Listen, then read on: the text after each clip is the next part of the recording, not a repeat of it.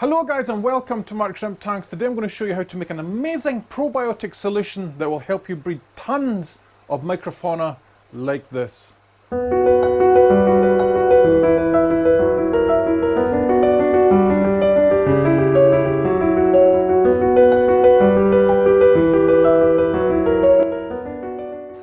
So here we have, guys, the bulk of what you will need to make this DIY probiotic solution. Right, and to make this you will need the following. Soda bottle. And the reason we're choosing a soda bottle is because this is resistant to pressure. You think about it, with soda is filled with CO2, carbon, right, and it degasses when you take the lid off. So these bottles are good for us to make a DIY probiotic solutions because bacteria, when it feeds on sugar specifically, will produce gas, right? So this is one of the things you'll need. Use a cola bottle, Pepsi bottle, something like that. The next things you will need. So we have our container here. The next things you will need are the following ingredients. In no specific order, but it's better if you do this in this way I'm going to show you, right? So you have your bottle here. You will need a funnel like this that fits into your bottle. Hopefully you can just see that there. Maybe not, we'll have to move the camera up. Whoop, teeny tad. Right, and then you need to add the following ingredients. Right, we are going to start off with the dry powders first because if you add the water first, the powder will stick to the funnel, right? And that's not what we want, right? So the bacteria need minerals. So this is calcium carbonate. We're going to add that to our funnel. Get it all in there. Make sure it's well tapped in. I did this on my live stream, but I thought I'd do it again for you guys that don't really like to watch the live streams. And then we're going to add our bacteria. Our bacteria of choice this time is NutriDust Raw. Right, and I have lots of different bacteria. We'll put this in quickly. We'll go over that in a second. So that is our bacteria in. By the way, guys, that was 1 teaspoon of calcium carbonate, 1 level flat teaspoon of NutriDust Raw, 4 level flat teaspoons of raw cane sugar, like this, white raw cane sugar, unrefined or refined, what would, probably refined I would imagine. And then you add 500 milliliters of water. This is just the solution that I've always used, and I think it'll work for you guys as well, right? So you add your 500 milliliters of water, add it to your solution, like so. Takes a little bit longer than I thought it would. Put that to the side. Remove the funnel because that is all we're doing with this bottle. Put your cap on, like so. And you want this to go in tight in the beginning, right? Because we're going to give it a couple of gentle flowy shakes like this. I'm not sure how. What is the best way to show you guys this? Right, and the reason for doing this, guys, this whole thing is because it's really good for promoting biofilm in your tanks and microfauna, and it's also a good way to make your probiotic powders that you already have that you might use in your tank.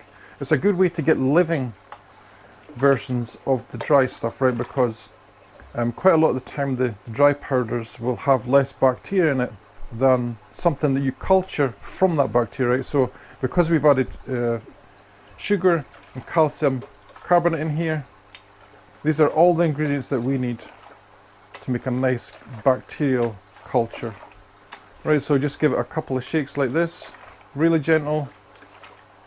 Right, and then take the lid off just a tiny tad, right? Someone in my comments on the live stream said you could put a balloon over the top of this to do the same kind of thing, right? And then you take this solution and you put it somewhere because it's going to sit for a few days. Right, and also, guys, as I well remember, put the bacteria type that you put on it. So we've already done that here. This is NutriDust. And I put the date, the 15th of the 12th. And that will sit there for the best part of 3 days to a week, right? And you will know it's working, guys, because as the bacteria start to eat through the food that's in here, the sugar, there'll probably be foam, starting to form on the top here. Right, and you should also be able to feel if you accidentally left this closed, the bottle will get harder as the bacteria consume their energy source. Alright, so remember, just leave it off a little bit. And you want to give that a turn like we did there every other day. Just make sure you do it.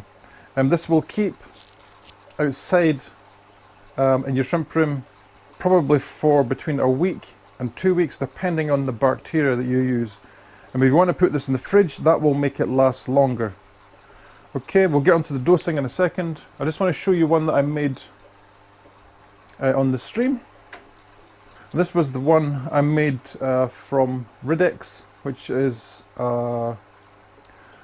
it's a couple of types of bacteria that are used to dissolve organic matter like paper in a septic tank. Right? So this was one I was trying. This one was super clear when we first tried it. You can see it's actually becoming nice and cloudy. I'm just making sure the lid's on before we give it a little tip like this, back and forward. And I would say this one is ready to be put into the tanks. And I can also tell as well, because there is a little bit of gas build up in here. I must have left the lid on yesterday. You hear it? So this is one that I'll show you after we finish this segment here, me putting into the tanks, right? So there we have our bacterial solutions. I'm just going to quickly show you guys the bacteria powders that I have here, just in case you have them in your home, and then you can use them. Okay, one momento. Alright guys, I'm just going to quickly go through the bacterial powders that I have and the ones I have used in the past that work doing this stuff. So the first one is the very common and popular Bacter AE. This one has a couple of different types of lactobacillus in it, which means it's very good for our tanks. Biozyme, this is one of the ones I first used a long time ago. As you see on the label, it says used for microorganisms for crystal red shrimp. This one's a very good one as well. Pure Nordic Raw is pretty decent as well. Here's my own one here, my own package. I actually add 2 different types of lactobacillus to my own ones. Enleave, Borneo Enleave, again, is another fantastic product that you can use with this. SL Aqua Million powder is something you could also use. I think SL Aqua also have magic powder, which is another one that you can use. The ones that I don't have here that you could use as well are BT9 from Missouri as well. And to be honest, I can't think of any other one that I don't have here that you could try. There was the one that we quickly mentioned there called Ridex. You can buy this in bulk. It's like 500 grams for, I don't know, like $6 or $7, something like that.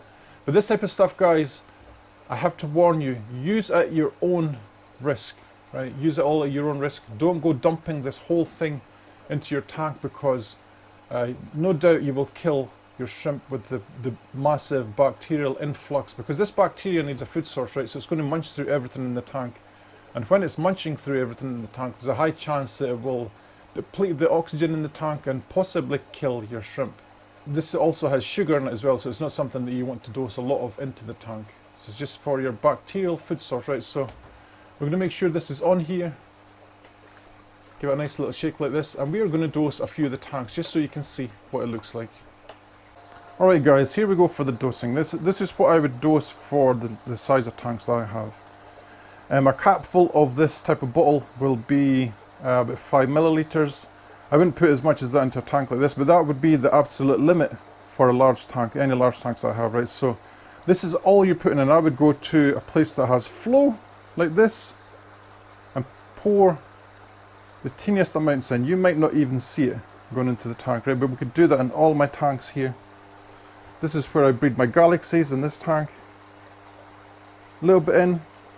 And by doing this, guys, you're promoting a healthy bacterial colony in every single one of your tanks. This tank is amazing. I had 3 buried Red King Kongs in this tank yesterday that were shown on my live stream as well. This tank is just chock-a-block full of blue steels. It's literally thousands of them in this tank. Again, a little bit in each tank does absolutely wonders.